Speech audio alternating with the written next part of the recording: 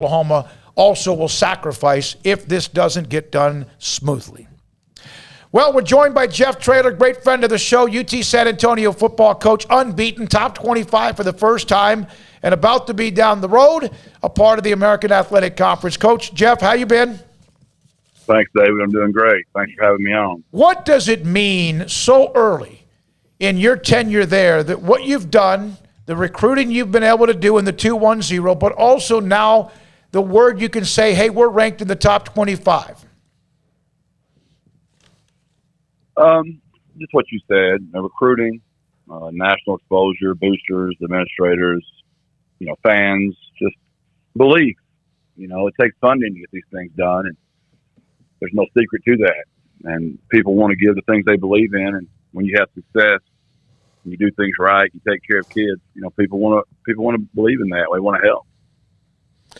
What does it mean to the kids already on your roster that they've done this and that they have done something that no UTSA team before has done? We don't talk about it a lot, honestly. We just don't. We discuss how to handle it with the media. We've got a lot left to do. We're just 7-0. We've only played 3 conference games. We haven't done squat. We could lose the next 5, and we have the same record we had as last year. So we don't talk about it. We got to have great practices. We've had 2 of those. We're playing a great team, Louisiana Tech, Saturday night, that we know there's a reason they picked us for homecoming on Saturday night in Ruston. We got to be ready for that one.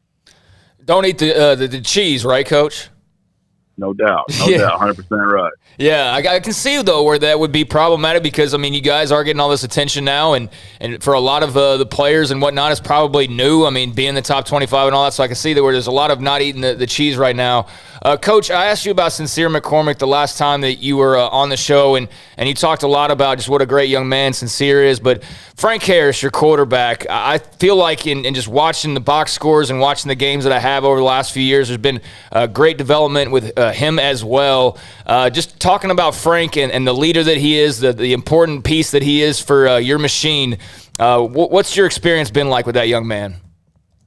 I literally just went in there and told him this morning at quarterback meeting, I'm like, the grad transfer quarterback I took that's leading my team this year versus the one that I had last year, which they're the same kid. It's Frank both times. I'm being a smart aleck here, right? I said, that kid I got this year is so much better than the one I had last year. He's just so improved. All of us are more confident. I'm more confident as a head coach. My coordinators are more confident as coordinators. My players are more confident. We didn't have any summer last year. We had no spring. We were all new together. And I just think he's developed, like all of our players have, just confidence in the system. And he's as much the reason we are where we are as anybody on the team. Isn't that what coaching's about, Jeff? About watching some young man grow up right in front of your eyes and get better? It's all it is. And, they're a reflection of me. When they do good, I'm just thrilled. And when they do bad, it's all on me. It's my job to get them ready. And I mean that with all sincerity. That's what coaching is. We'll find out what kids do well and make sure you stay in their lane, magnify that. And whatever they don't do well, try to hide that. Try to minimize that. Don't ask them to do something they can't do. And, I was young at one time, David, and, I'd get to blaming kids. You know why? Because I wasn't secure enough in myself. So I blamed them. But as I got older, I realized that's all me. And he's just been really, really good for me, and I'm so thrilled for him because he knows what his limitations were, and he went to work on that, David, and he fixed all that, and I'm just so thrilled. He's such a great human. He's the first one on the field, and we get taped at 5:20 here. He's the first one, AM that is now. He's the last one to leave. Every time he sits on the field, he prays. Every time he comes off the field, he prays. On Saturday mornings at the hotel, I'll go in and get me a workout in the morning before the game, obviously. Frank's already in there in the workout room at the hotel doing his yoga and stretching and getting ready for the game. He's just an unbelievable human. Well, I was going to ask you a different question to follow up, but have you done yoga before? Can you do that stretching? Is that capable in your body? Not a chance. I still do my Jane Fonda, just make me feel like I'm doing something and I'm not really doing anything. My kids laugh at me. I don't think I get anything heavier than the 30s and 35s ever. Oh, my God. Coach, mentioned veteran leadership like you have with Frank. Is that the reason or part of it that you've been able to win games a bunch of different ways, whether it's your defense pitching a shutout or getting into kind of, a shootout with games, with other teams? You can win either way the game goes. Is that because of the veterans on your team? Oh, it's just the players. I mean, it's just them. They find a way, man. We won't go away now. But you might beat us, but we won't go away. We're going to play all the way to the end. I wish I had some kind of great quote for you, like some kind of coach talk. But, man, I didn't put that air in that ball. That's those kids now. They freaking believe in us, and we believe in them. And they just find a way to get it done. And we don't count how we do it. We just count if we do it. Coach, I know that you guys can't throw a parade and celebrate right now. As you said, there's a long way to go. I mean, you could, God forbid, lose the next 5 games or whatever. So you've got to stay focused on one at a time. But for your fan base there in San Antonio and beyond, I mean, it's a relatively young fan base still in some ways. But I see them on Twitter. They're excited. They're loving all of the wins and the way in which you guys are doing it. What's been the response from your standpoint, just being around San Antonio, coming across UTSA fans and the success y'all are having? It really changed. It's been building up. Mm-hmm. It's been a slow build. But when we got back from Memphis, being on national TV, being down 21 the first quarter, they hadn't lost a home game in 3 years. They hadn't lost a non-conference team in 4 years. Pulling that upset and that comeback, when we got back to the airport, we had fans waiting on us. We had fans back to the facility. We had fans on the side of the road. We were driving home. Mm-hmm. That's when it flipped. Of course, in the Western Kentucky game, it was just so crazy. It was more like a Gilmer Buckeye game. It was 50-something to 50-something. We couldn't stop them. They couldn't stop us. It was a wild one. I went for it on 4th down 5 times. My fans thought I lost my mind. Anybody that's seen us back in the day would just know that's just normal. Yeah. And it's just building up, and it's just got crazy Saturday. It really did. The crowd was phenomenal. The walk was phenomenal. The tailgating was phenomenal. It's been a slow build, but it's kind of erupted right now. You brought up Gilmer. You can't talk so much about Gilmer, but you can, but not players. But you brought up Gilmer. They're playing Liberty Ilo this week. Is that one of the most difficult losses you ever suffered in high school? Was it LaMichael James there? It was the worst one. 39-36. Probably one of the best teams I ever had. And he went for 265, 270 that night. That crushes me. It's one of the worst jobs of coaching I've ever done, and learned a lot from it. One of those painful losses. Sometimes we learn by touching the oven when we know we shouldn't, and I got burned by the oven that night. Now, I will say this. He came back his senior year, and we ended his career the next year. So let's make sure we get that. Let's make sure we put that out there too, David. I was going to bring that up. I was going to bring that up. When did you stop worrying about your win-loss record as a coach, that it's on your name, or did you? No, I've never worried about it. I never have. Now let's back up. I wanted to keep a job. I had 3 children. But I wasn't counting them. I know how many losses I've had exactly, but I don't know about the wins, because it's really not about that. It really isn't. It's how many men have how many boys. And I know I've said it a million times, but I've been a head coach for 17 years now. That's about 30 kids every class now. I mean, I've had 500 opportunities, David, to affect a young man. And if they're out there right now taking care of their families, taking care of their communities, their church, their state, their country, they're men. If they're taken from people, they're taken from their families, they're taken from their university, they're boys. And if I ever die, and when I die, and they decide to come to my funeral, I hope I got a whole lot of men and not many boys there.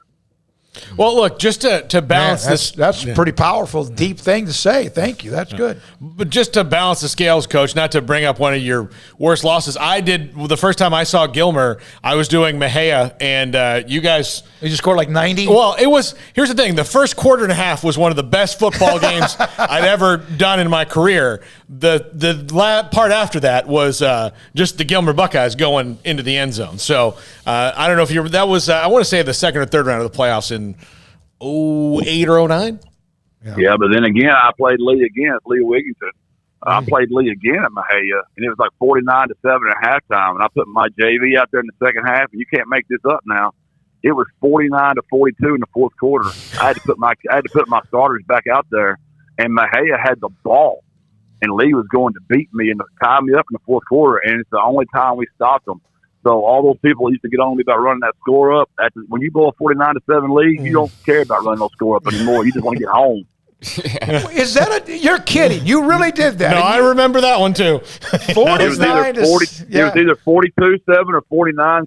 I put my JV in the third quarter, and they had a tailback. We ain't tackled him yet, and I'll never forget it. It was third down, and I ran quarterback power to my right and stumped with the wrong way. We've only ran quarterback power a million times in Gilmer, so I was so angry. I was on the minus side of the field. I said he won't mess it up 2 times in a row. So it's fourth down. I ran quarterback power again and stumped with the wrong way again. And they got the ball on my side of the field, and my defense stopped him for the first time that night. I hope Stump's not listening because I still love Stump. He won me a state championship, obviously. But, man, he almost got me in trouble that night. Was that Doug Gentry, the running back, who went on to play at Purdue? Yes, it sure was. Mm-hmm. It sure was. He's a heck of a player, man. Yeah. He ran like Dickerson. He had just straight up and down. Yeah, he did. Imagine him running against the JV defense.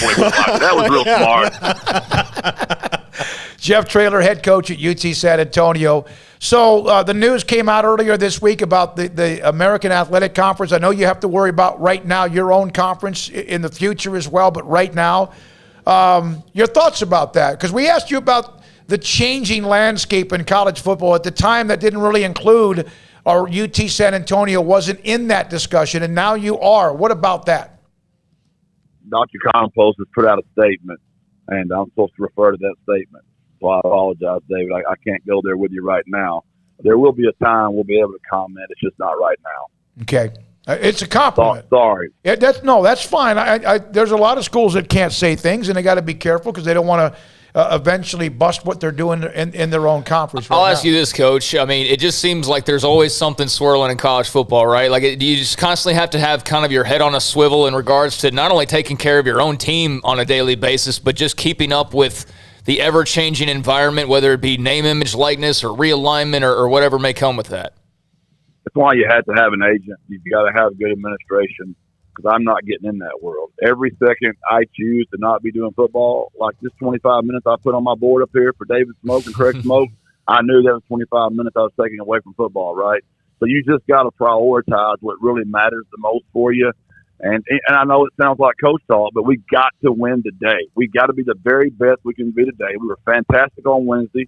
Tomorrow will be Thursday. We got to be the very best we can be there. We can't get outside of our lane. I've got agents to do their jobs. I've got administrators. I've got media to do their jobs, and I got to do my job. If I don't do my job correct, nobody gonna care about any of this stuff. What's it like to have that kind of momentum? You've worked on this, and I know you got to go because we're keeping you away from football, but we appreciate your time every time. In fact, we just had a chat from somebody that said, this is a guy that sounds like he could coach it wherever he wants eventually one day, but you love where you are right now and building you. What's it like to say we're going to keep the 2-1-0 together, 2-1-0 together, and you are in the momentum there? It's exciting. It really is. But in order for these things to last, it takes a tremendous commitment from a university, which means you got to have a lot of help, or these things just become blips in a radar and they go away. And that's what I really want to caution everybody. We've had our ups and downs here before. I mean, previous coaches have gone up and then back down and stay down. Well, why is that? We have to make sure we put the infrastructure in place that makes this place last forever. We've got an unbelievable opportunity right now to make this thing last forever. And I'm just so excited to be a small piece of that. This is President Amy's vision, Dr. Compost's vision, and our boosters' vision when they hired me. And I'm just really glad to be a part of it. We're so proud of you, man. Appreciate it. I think I knew you when you were just a young little coach, right? Just a young little pup in the coaching business, and look what you're doing now.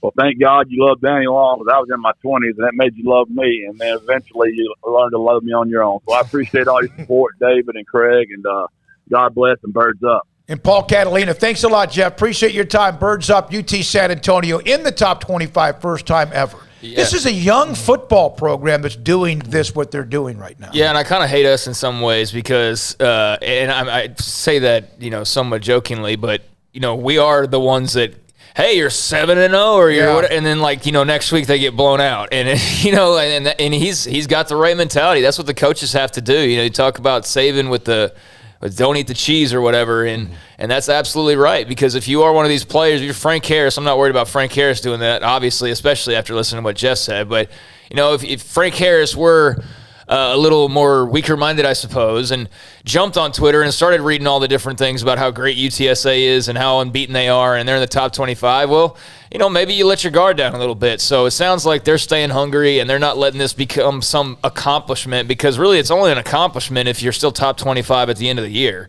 and if you're still unbeaten at the end of the year, or you're at least, in close to that mix. So yeah, it's great right now. But he's right. They got a lot more work to do. I think they're going to be favored in pretty much every game the rest of the way. And a couple of landmines. If there's they're a couple, not careful. but I'm just saying, I feel good about their chances in every game that they have remaining. So, we'll see. But they definitely have the right mentality right now. From Chris, Coker was a national championship winning coach. Always thought UT San Antonio had a bright future with him in the mix. From Caden, David, Jeff sounds like a first-class coach who could coach at the next level. He is, all of that, and he's right now doing what he's doing at UT San Antonio. This is Sick on 365 Radio.